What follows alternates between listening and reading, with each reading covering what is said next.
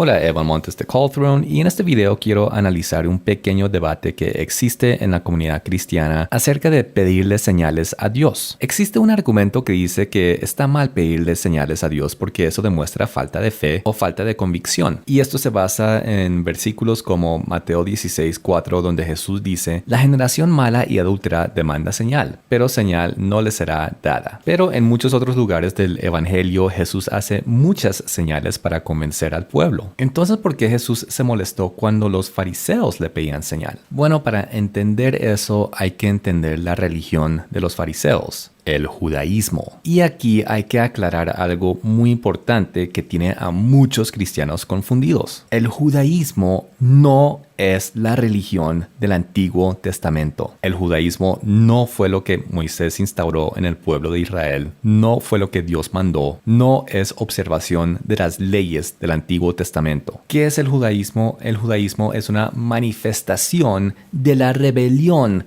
de los israelitas contra Dios. Al comienzo fue una pequeña religión inventada por una pequeña secta que se llamaban los fariseos. Pero con el tiempo, esta pequeña secta se convirtió en la denominación religiosa más grande de Israel, al punto de hoy en día tener el monopolio religioso de los judíos. Y algo importante que entender acerca del judaísmo es que ellos hacen una completa separación entre lo terrenal y lo celestial. ¿Qué significa eso? Significa que aquí en la tierra, en los asuntos del hombre, la máxima autoridad en cuanto a las leyes, en cuanto a la religión, no es Dios. Son los rabís. Ellos tienen la última palabra en cuanto a lo que es bien y lo que es mal según las escrituras. Entonces, para ilustrar un poco acerca de por qué Jesús se molestaba tanto con ellos, con los fariseos, cuando ellos pedían una señal, vamos a mirar este cuento del Talmud que se llama El horno de Ahnaí.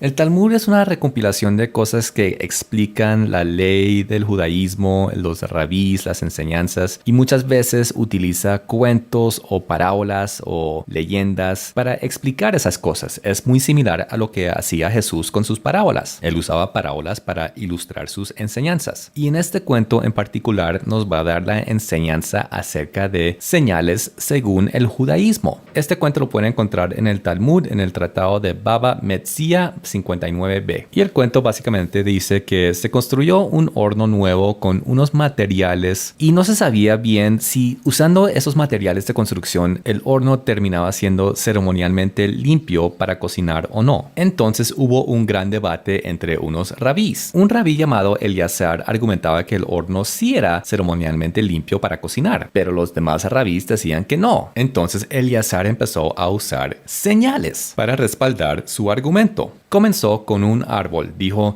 "Si yo tengo la razón, que este árbol se desarraiga de sus propias raíces". Y en ese momento ese árbol salió, se desarraigó, se arrancó a sí mismo de sus raíces. Pero los otros rabís dijeron: "Lo sentimos, a nosotros no nos importa lo que dicen los árboles". Frustrado, Eliezer salió al río y dijo: "Si yo tengo la razón, que este río cambie la dirección de su corriente". Y en ese momento el flujo de agua del río cambió de dirección, empezó a subir, pero los otros rabís dijeron: "Lo sentimos, a nosotros no nos importa lo que dicen los ríos". Muy frustrado, volvieron a la casa. Eliezer dijo: "Si yo tengo la razón, que los muros de esta casa lo digan". Y en ese momento empezaron a temblar los muros con gran violencia, pero los rabís dijeron: "Lo sentimos, a nosotros no nos importa lo que dicen los muros". Ya completamente frustrado, Eliezer decidió mirar hacia el cielo mismo y dijo: "Si yo tengo la razón, que el cielo lo diga". Y en ese momento habló Dios y dijo: "¿Por qué discuten con el rabí Eliezer si él tiene la razón?". Y en ese momento los rabís dijeron: "Lo sentimos, Dios, pero la Torá está en la tierra". Y Dios respondió: "Mis hijos me han derrotado, mis hijos me han derrotado". Entonces, para entender un poco mejor el desenlace de este cuento, hay que entender una característica del judaísmo. Y es que en el judaísmo se edita la palabra y se saca de contexto. ¿Suena familiar? Sí, es lo mismo que hacemos en el cristianismo. Pero para este video solo vamos a enfocarnos en el judaísmo. Entonces comencemos con Deuteronomio 30, donde Moisés está hablándole al pueblo diciéndole que obedezcan a Dios, cumplan con sus leyes y sus mandamientos. Estas leyes y mandamientos no son difíciles. Y en el versículo 12 dice, no está en el cielo para que digas, ¿quién subirá por nosotros al cielo y nos lo traerá y nos lo hará oír para que lo cumplamos? En otras palabras, Moisés está diciendo que la Torá no está en el cielo, no es inalcanzable, no es imposible, está cerca, versículo 14, porque muy cerca de ti está la palabra, en tu boca y en tu corazón, para que la cumplas. Entonces, ese es el contexto de esta situación en particular. ¿Qué hicieron los rabís? Los rabís sacaron un pequeño pedacito de todo este contexto. Sacaron estas 5 palabritas del versículo 12. No está en el cielo. Y con eso crearon un contexto totalmente nuevo y diferente y una doctrina del judaísmo radical. Esta nueva doctrina dice que las escrituras, la Torá que Dios dio en el monte Sinaí, ya no está en el cielo. Él lo entregó a los humanos en la tierra y él ya no tiene nada que ver con ello. Por lo tanto, la máxima autoridad para la ley, para la Torá, son los rabís. Incluso por encima de Dios mismo. Por lo menos en la tierra. Ya en el cielo es otro cuento, pero en la tierra los rabís son la máxima autoridad, incluso por encima de Dios. Hicieron esto mismo para Éxodo 23:2, donde dice, no seguirás a los muchos para hacer mal. Esto es facilísimo de entender, pero los rabís sacaron 4 palabritas de esta frase, lo sacaron de su contexto para que dijera, seguirás a los muchos. Y con esto crearon la doctrina de hay que escuchar a la mayoría. Entonces, entendiendo estas doctrinas del judaísmo, podemos entender este cuento. ¿Por qué el mismo Dios afirmó que sus hijos lo habían derrotado? Porque en la tierra él no tiene ni voz ni voto en la interpretación de la Torá. Los otros rabís se lo recordaron y él se dio cuenta. ¿Y por qué Eleazar no tenía la razón si él también era rabí? Pues porque los otros eran mayoría, así de simple. En conclusión, las señales no significan absolutamente nada para los fariseos si va en contra de su doctrina o su interpretación de las escrituras. Ni siquiera la misma voz de Dios vale nada en estos asuntos. A todo eso, súmale lo que dice en Deuteronomio 13. Cuando se levantare en medio de ti profeta o soñador de sueños y te anunciare señal o prodigios, y si se cumpliere la señal o prodigio que él te anunció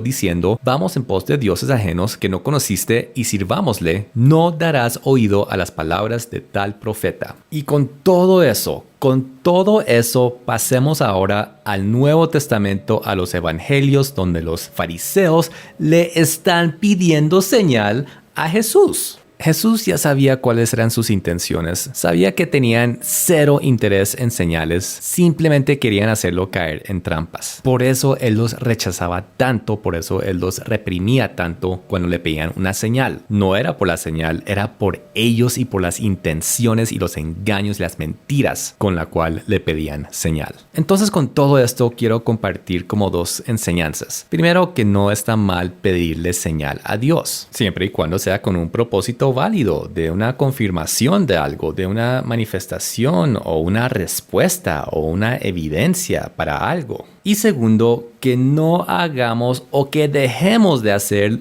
lo mismo que hacen en el judaísmo. ¿A qué me refiero? Pues así como los judíos ponen a los rabís como la máxima autoridad, muchas veces nosotros los cristianos ponemos a la Biblia como la máxima autoridad. Y eso está mal.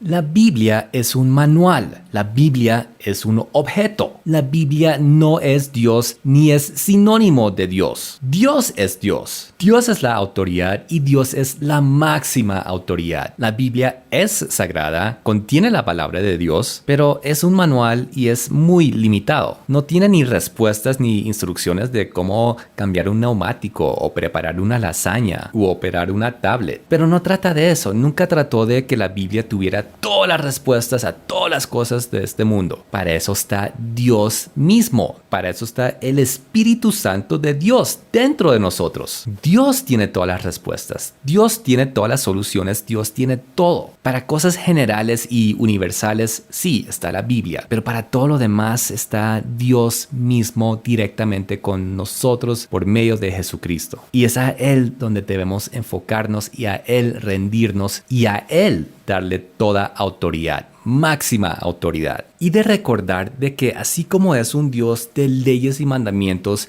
también es un Dios de gracia y misericordia. Que hay un balance que nosotros debemos tener con las cosas de Dios en nuestro caminar terrenal y nuestro andar espiritual. Y Él, y solo Él, puede darnos ese balance y puede revelarnos cosas que no hemos visto o no hemos entendido o que simplemente no han sido revelados aún. Así que recordemos esa ecuación. Primero Dios, después la Biblia. Primero Dios y la Biblia y después nuestras iglesias y denominaciones. Y dejemos que Él nos guíe, nos revele, nos enseñe, nos corrija. Confiemos en Él. Muchas gracias. Dios los bendiga. Chao.